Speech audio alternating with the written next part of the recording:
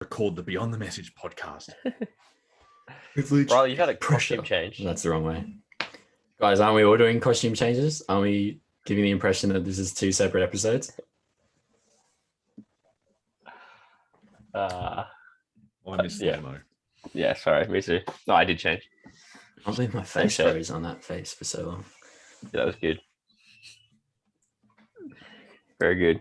Should I pretend as if we've been in lockdown for longer, or just continue? Yeah, say like day 38. The protests have begun. We're all underground. Very good. All right, let's do it. Well, still in lockdown, fellas. Are we sick of it yet? What's been keeping us going? Honestly, Locke, I was waiting for your response there. I was really hoping you'd egg me on, because I have been holding on to what I think is like the most exciting piece of content on Facebook of all places. I'm sure this is premiering in other places. You guys probably know I'm not fantastic at social media, but if there's one reason I have Facebook right now, it's because of the Sunshine Coast snake catcher. These guys are insane. They catch like eastern browns, red belly blacks, carpet pythons. They do it all. And honestly, it pops up on my Facebook, and these videos are insane. I have an incredible, just rush of adrenaline. I think there's going to be a defining moment in my life where I do have to catch a snake, and I want to be best prepared for that defining moment. Thank you, Sunshine Coast Snake Catchers, for being part of my preparation. They're awesome. All for North Morton. Wow. He's actually on the social media grind. Look at this guy, Stuart McKenzie, 29,000 followers on Instagram. And big props to Stu and the Sunny Coast Snake Catcher team, because I think they got their own doco coming out on Nat Geo, Snake Wranglers. So that's insane. Anyway, I'm a big fan, and also just very informative and teaches you how to pretty much it's an educational experience at the same time. I feel like they need a warning. Like, you know how on TikTok at the moment, how every Olympic themed TikTok has like a little warning on the bottom that's like, this stunt is performed by professionals. This needs it. If anything on Instagram is going to have that little banner, this is what needs it. Well, they just, they equip you, they inspire you. It's awesome. So that's been my go-to throughout this time. I just love how different our lockdowns are. Like, Riley's preparing for his defining moment of catching a snake, and I am just drinking lemon and lime sparkling water, thinking it's the greatest thing ever. It is the greatest thing ever. We've established that, Chris. What contrasting, Well, I'm just so boring. Yeah, obviously, snake in lockdown, that could happen at any time in the day. I don't know when this defining moment is. At any time in the day of lockdown, snake could appear, and I'll know how to respond. The response is not to wrangle the snake and try and pick it up. True. The team very clear about that. Call the Sunny Coast Snake Catchers. Probably not, because I don't live up the Sunshine Coast. Probably go more local. But at the same time, Chris, at any time in the day, you could become parched. So I see a proactive response here. We're not being important to stay hydrated. We're being proactive. That's what I've heard. That's correct. So that is wonderful. Well, let's get cracking with our questions. We asked on Instagram what you'd like us to talk about. It was kind of a vague, just invitation of like, talk about, ask anything. And we got a collection of questions, and again, there's no real theme. They're just questions, and we love them. And we're going to talk about them today on this episode of Lockdown. I don't have any other creative title since the last time we got here, but I have my first question for you, Riley. And I've grouped some of the questions, and this is just calf related questions. I can't remember any of the specific questions that we got in, but there was just a few similar to my beard, just around your calf routine, your calf care, your calf oils. Exercise, not baby cows. Gotcha. Thought we were your legs. I was going to take notes while you tell us your calf workout routine, Riz. They're honest. No, I'm actually really excited to share this. Let me just go to my own notes. Listen, to be totally honest, I haven't played team sport in so long. Not true. Actually played a couple of months ago with CP. Had a great game. Centre back pairing. I think we're a good shot for the Division 1 Church League team. but yes, my exercise has been outside the window. Outside the window, it's been thrown out the window, chucked out the window. So I can't really offer much on the exercise front. Calf routine side of things, though, if I was being honest, it's a formula of discipline, mostly, and it actually starts with another habit that you can embed within your day. So it's a bit of a hybrid, which I think is actually one of the great ways we can do a habit without overloading ourselves with the need to do more. Formula of discipline is pretty much brush your teeth 2 times a day for 2 minutes whilst doing calf raises. And make sure you just wear your joggers as you do it, because you can kind of inflame. There's like I don't know if it's a muscle or CP, you might know this. I think it's called the plantar fasciitis that just sits at kind of the arch from the heel underneath your foot. If you do too many My calf brother's raises, a physio, not me. I've got no idea. JP, hit us up, let us know. Your plantar fasciitis. But you'll inflame it if you do calf raises for too long whilst being without wearing shoes and the right heel support. At least this is my experience. But yeah, outside of that, we're meant to be brushing our teeth 2 times a day for 2 minutes. What a way to make the most of 2 minutes just whilst brushing your teeth. The thing is, you're going to look absolutely ridiculous whilst you do it, but that's just part of the formula. It's part of the discipline of it. Outside of that, I just say frame the calf when you go out in public. Long pair of socks. Generally, I go a size down with my long pair of socks just to make sure that the socks actually sit below the bottom of the calf muscle. So anyway, that's what I say. Anyone can do it. 100% money back guarantee if you don't get a compliment within the week. I had a goalkeeper coach overseas who had, Riley, I hate to say this to you, but his calves put yours to shame. And he swore by walking and bouncing on your toes. Like he would walk, but every time he would walk, he would finish with a little calf pump. Yeah. Can I just say to my calves, it's firstly, they're not, it really is just the socks thing. You just wear long socks. That's all it does. And also it's actually my mum. My mum just has these redonkulous calf muscles. Is your mum going to watch this? I don't know. She's an athlete, so maybe in the comments, Michelle can tell us her calf routine. Don't. You're just exposing your mum so badly. But mum grew up in PNG, so they would run cross country athletics carnivals, everything like that would just be barefoot. So my image of mum when she was telling me about her sporting life was that she was just running through the forests of PNG. So anyway, take my mum back out of the podcast for a moment. My third point is that, the people I know, CP, that have giant calf muscles are the people who do walk on their toes all the time. So there you have it. If you're looking for something to do within lockdown, you can focus on your calf muscle routine. Well, I'm glad we've kicked off this podcast on a great note there.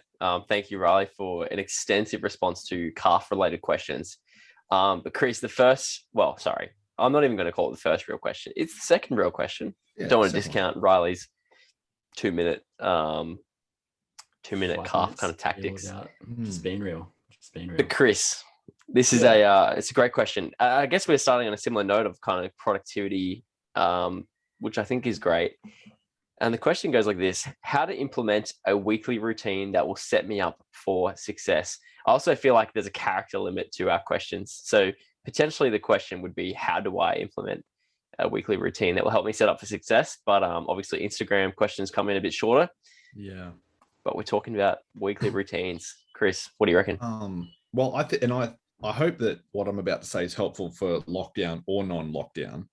I would say take the focus off what you do in a weekly routine and put the focus on more around who you want to become. So I think that's the first thing is who do you want to become as a person? And I really think that in life we have 2 choices. We can live on purpose or we can live by accident. And I think I know it's been true for my life for a lot that I've lived by accident. I'm just kind of I wake up, I don't really have a plan from week to week. And it's just kind of oh, that's right, that uni assignment was due, or, oh, geez, I got that project due, or so one of the things that, excuse me, that sparkling water is making me burp. One of those things that has been really, What'd you say, Riz? It can happen at any time. That's the Yeah, proactive. trap for young players. Don't drink while recording a podcast. One of the things is that has been really helpful for me is like planning an ideal week. And so I do that really simply in Google Calendars. I just kind of go in and I have like a little template for like, hey, if I had 100% control of my week, what would it look like? And so then I segment like, my days around specific themes and things that I find helpful. And so for me, I'll even give you a little rundown. For me, I kind of am, my Tuesdays are typically a day where I kind of get messages done and I work in, beyond and stuff. Wednesdays is typically a day where I work on things. So working on projects or on like, strategies or on developing relationships. Thursday is typically a day where I'm kind of like tidying up, getting ready for the weekend. Friday and Saturday I have off, and then Sunday is like a big day. That's kind of physical services day. So I'm generally focusing on that. And then Monday is usually like an admin ad hoc day, like meetings or catching up with people one-on-one or getting things prepped. And that's the work section of the day. But then I also have time in the morning, my like morning routine, and then things outside of beyond that I kind of factor in. And then I just plan my week and I kind of go, what are the, does the way I plan this week, if I had 100% control, help me become the person I want to become? And then the final thing I would say that I was not great at, but I'm learning, is to just schedule in margin. And what I mean by that is, if you kind of schedule everything from 5 a.m. to 9 p.m. at night, there's always times where things run longer, and there's always times where things don't run to schedule. And I think if you schedule in some margin into your days and into your weeks, it just allows you to kind of like not feel like you're frantically rushing from thing to thing to thing. So sorry, I've just zoned out for a little bit there, but we'll keep it in the podcast because, it's there. I was just too busy thinking about my ideal week. Sorry, Chris. Chris, I was engaged. I did have a follow-up question in this. Locky's I just want to put my hand up as a student in the room and just say I was listening. How long did it take you to kind of work with that rhythm, like setting up your ideal week and everything like that? Was it a matter of like, did you set it up one time and then just like, great question, like it was good to go? Because that's what was great question. I actually review mine on like a quarterly basis, so it's been evolving for probably 6 years, and what I have now does not look anything like it did 6 years ago. And it's probably only been in the last 9 months or so that I've gone to like an ideal week calendar kind of setup. I kind of had it in my head before, and I just found after a few years that wasn't really working. And so I just kind of go back every quarter and kind of go, what works, what doesn't, what do I want to get rid of, what do I want to change? I've had different wake up times. I've had different seasons. There's like football training in on a Wednesday night, or it's on a Thursday night, or I got games on the weekend, and then you're out of footy season. And so your ideal week changes because you don't have footy on the weekend, and just all sorts of things change. So yeah, I would say I've got a follow-up question as well, because I too was paying attention.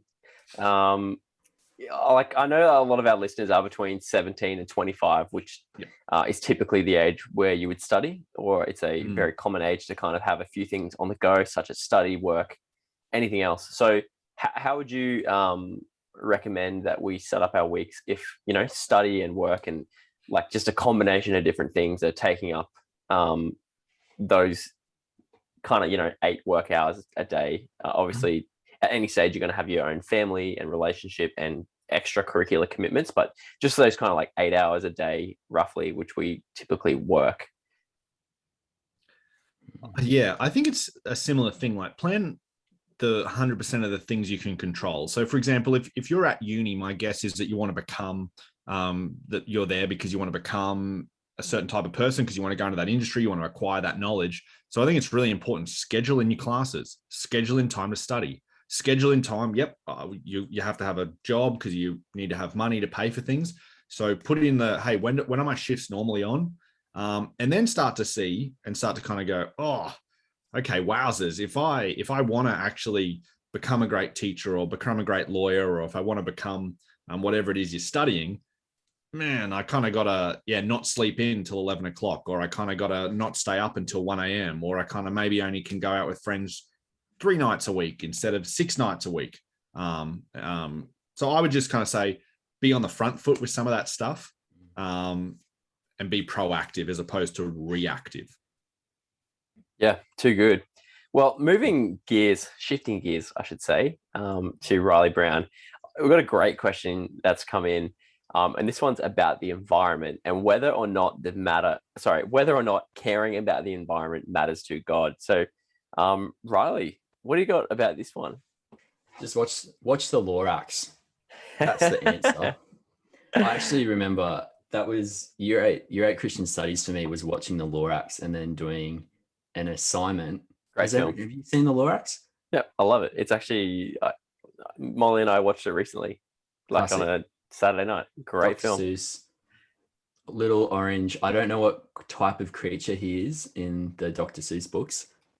Great facial hair. We're pulling anyone into the podcast. Get the Lorax. Chris, you know the Lorax? Oh, I was on mute. No, I don't actually. I'm Googling the Lorax right now. well, there you go. It's a great children's book. But really, when we were looking at it, and Chris has just found out what the Lorax looks like. The dude, this guy's everyone on YouTube watching this. Watch this movie. I think this is Danny DeVito who plays the Lorax. I don't know if Chris is that way of me on the stream, but I don't know where anyone is. Just point anywhere. Anyway, and also in that, Taylor Swift is in that movie, and Zac Efron as well. Great soundtrack, awesome soundtrack. What do I say? Watch the Lorax. It's got some great theological undertones. A lot of movies do, but when I was in year 8, I remember doing assignment, Christian studies, awesome teacher. We had to create a project, very service learning based, but it was around watching the Lorax and then looking at this word of stewardship. Now, Chris, can you jump in with your bottom line of stewardship from our most recent series of God Just Wants Your Money? Yeah. So it's using God-given gifts and resources to achieve God-given goals and objectives. So I think when we look at this question of does caring about the environment matter to God, answer first and foremost, yes. I'd say yes, in that, like, we haven't earned the environment. We haven't earned the world that we're living in right now. We haven't earned Earth. God has given that to us freely. And he's asked us to steward that as well. If we look at Genesis, God actually invites us, when we look at the creation story, actually calls us co-heirs. So we actually get to partner with him in creation.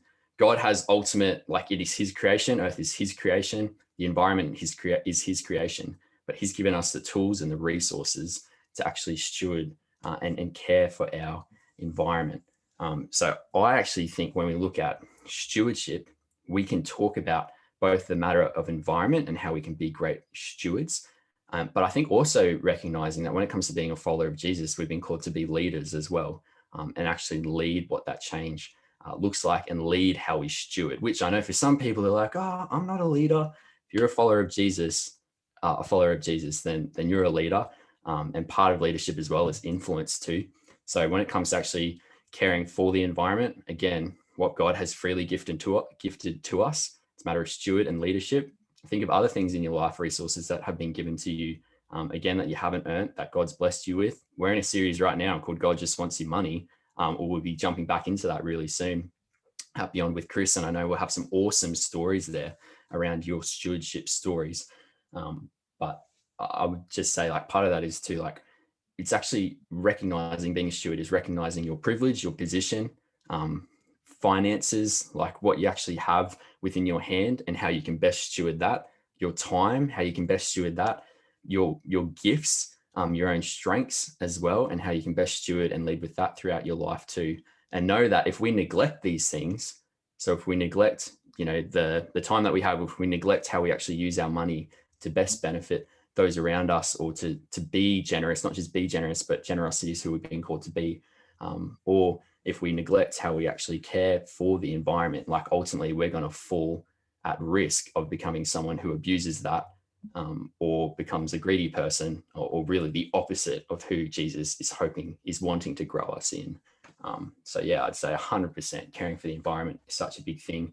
I know it's something that I need to take a seriously big kind of look at within myself. And I'm realizing now that there's so many things, even just within my household, how I can better care for the environment. One of the ones I found out a couple of months ago is your single use or your plastics. You know, your plastics that come if you got like bread or anything like that, you can hold on to those. You can take them down to Woolies and they'll dispose of them in a way that'll actually be good for the environment. I'm not saying go out and go tie yourself to a tree straight away or perform a big Lorax move if you have read the book or seen the movie and trying to save the world all in one process. But 100% God has invited us to be great stewards and actually be co-heirs to his creation. And part of that is actually taking the steps to grow in that space. So if you're someone listening in and you have some great steps for that, please send them through, because I'd be really keen to hear that. And I think it would be really encouraging to actually help lead other people as well. Yeah, that's really cool. I also like to think of heaven in this space as well. And I don't have a clear picture of heaven, don't know what it looks like. But when I think of heaven, one of the things I think of is like, will there be rubbish on the beach in heaven? I'm like, I don't think God's idea of heaven includes like rubbish and litter.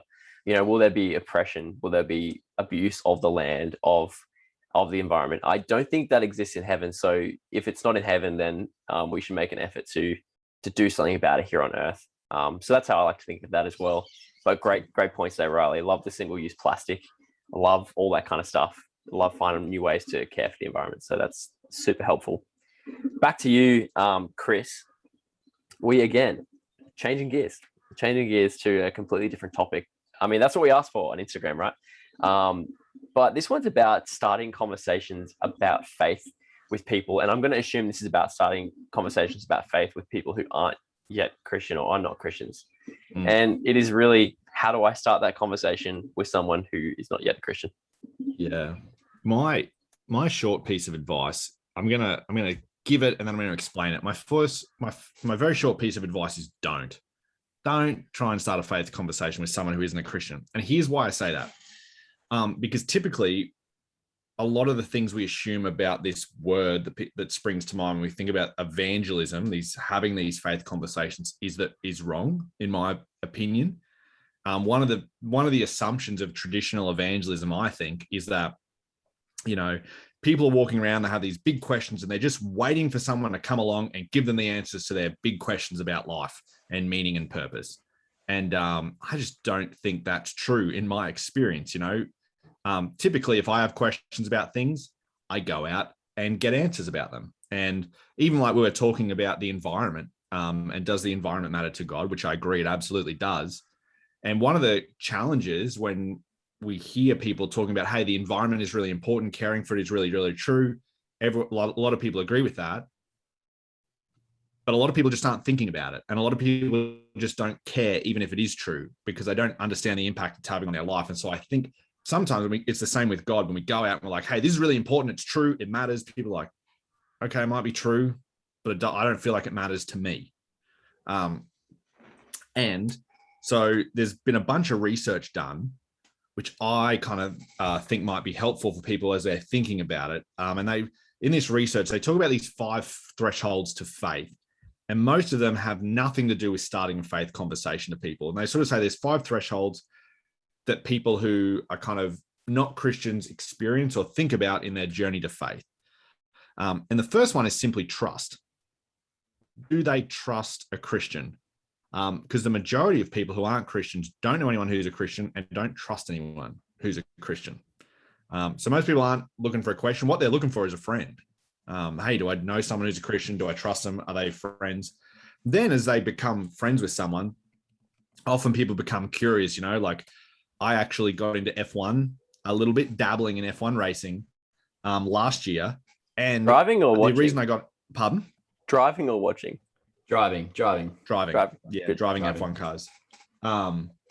Because one of my mates is really into F1 cars. And as we were hanging out a lot in lockdown and last year, playing golf a lot, just started talking about F1s. I got really curious. And so I started asking him questions and I started kind of being like, wow, that's really interesting.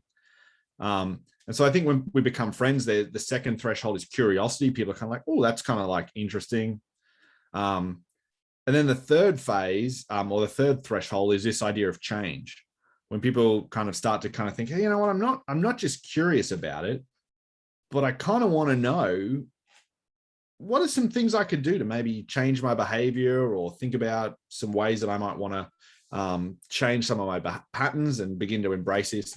Then the fourth one is typically what most traditional evangelism is targeted at, the seeking phase. This is where it's like, you know what, I think there might be something to this. And I've kind of really started to explore it. Maybe I've made a few changes. Now I've got some real genuine questions that I'm reading books, I'm listening to podcasts, I'm just asking question after question after question. That's the seeking threshold. And then the final threshold is to follow.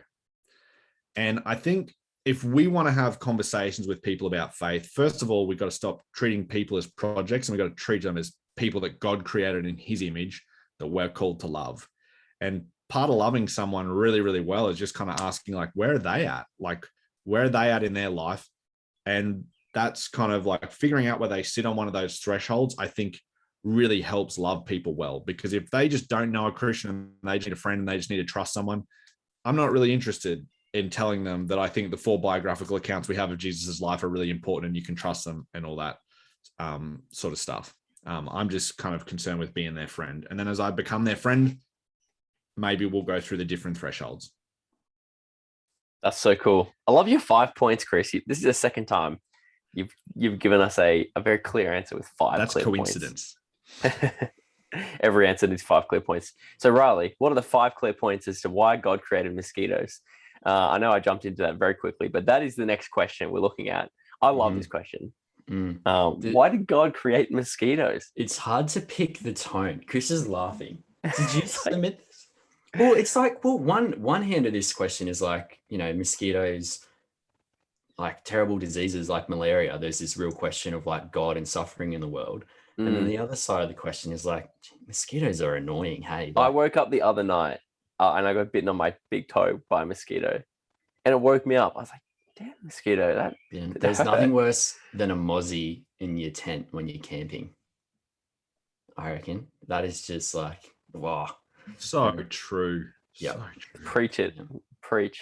Point 1. There is nothing worse than a mozzie in your tent. I actually think I might possibly be able to turn this into a 5 point. If I was to go to point 2, I think one of the things we need to recognize about mosquitoes is that mosquitoes are vectors. So they're vectors of diseases, meaning they transmit a number of human diseases. And we know this looks like things like malaria and other mozzie transmitted diseases, ticks and fleas as well. They're vectors. Point number 3, however, there is an upside to mozzies. Because mozzies, and I did a little bit of research on this, there are some genetically modified mosquitoes that have been created in labs to actually stop the spread of certain diseases. So because we have animals or insects like mozzies, we can actually stop the spread of diseases by knowing that they're a vector. They can actually go out and can combat diseases because they'll actually travel with the solution to the problem. So that's a win. But that can also lead us down a rabbit hole again of the ethical, theological issues that some people have around genetically modifying animals. So the government could roll out the vaccine a lot quicker by just feeding it to mozzies. Quite possible. I actually think last year I read about this, that they're actually in a matter of mozzies. hours. Yeah. In Griffin as well, where the mozzie population, I think, is times 10 of that, of course, anywhere else in the world. Oh, it's shocking. And definitely not true. But point number 4, bigger question at play. Mozzies do carry disease. Was this their original intended design to carry disease, which causes sickness and death? If we look at Genesis, the creation story, I don't think so. From the point of Genesis, I don't think mozzies were meant or designed to kind of hurt people, but then we had sin and death that came into the world. So that's all very topical. But point number 5, if we're coming from the kind of like that light humor and also dead set serious side of things, mozzies are an essential part of the food chain of a variety of probably some small mammals, reptiles, fish, and amphibians. And one of those animals, or more so one of those amphibians, are axolotls. And you guys know that I'm a big fan of axolotls, and a world without axolotls would be a far lesser world than a world without mosquitoes. So to round out my 5 points, Lock, that's how I'd end that conversation. But yeah, it's a great question. Could we do a whole podcast around it? I think so. In fact, if we're in lockdown a little bit longer, we could probably run this out for a whole month. I like it now because podcasts don't typically have a comment function, but because this is on YouTube, you can comment below, some more questions or some more questions. Sorry, I already said that. More comments about mosquitoes. We'd love to know. So if you've got any mosquito related insights, please let us know. I'd love to find out. I'll just ask us your mosquito-related questions, and Riley will find an answer.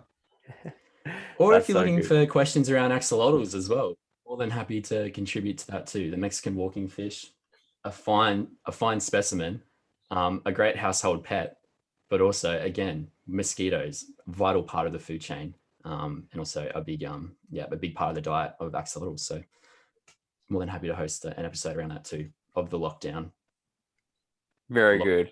podcast, if that's what we're calling it. I like it. Well, thanks for tuning in again to this second episode of our lockdown podcast. We hope to be back to normal, but as we know, that's out of our control. So we'll see how many more of these we get to do. Keep the questions rolling in via Instagram, via the comments here. We would love to answer more of your questions, whether it's about faith or life or relationships, or even mosquitoes. We could not be more excited to answer those for you. So thank you so much for tuning in, and we will see you hopefully soon. See you later.